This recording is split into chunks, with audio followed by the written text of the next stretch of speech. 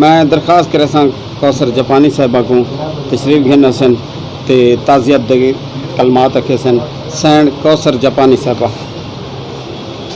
इतने लोग सब इकट्ठे हुए हैं फनकार शफाउल्ला रोकड़ी साहब दे अफसोस अल्लाह पाक उन्होंने जन्नत जा देवे।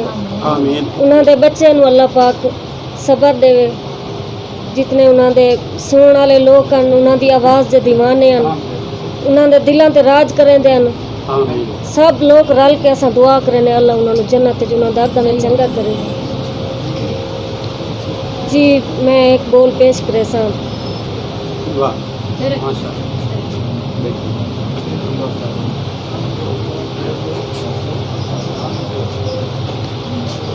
किनू हाल सुनावा दिल दा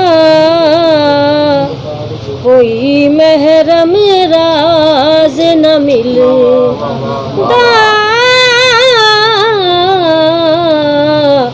किनू हाल सुनावा दिल दा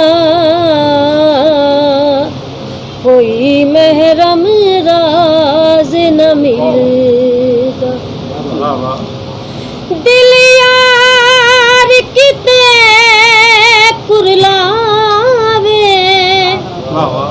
खड़ी सूलियां दे नू खावे खड़ी सूलियां दे नू खावे खड़ी सूलियां दे नू खावे।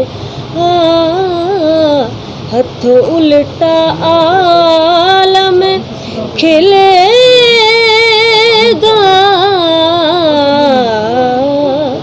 कोई महरम राज न मिलता।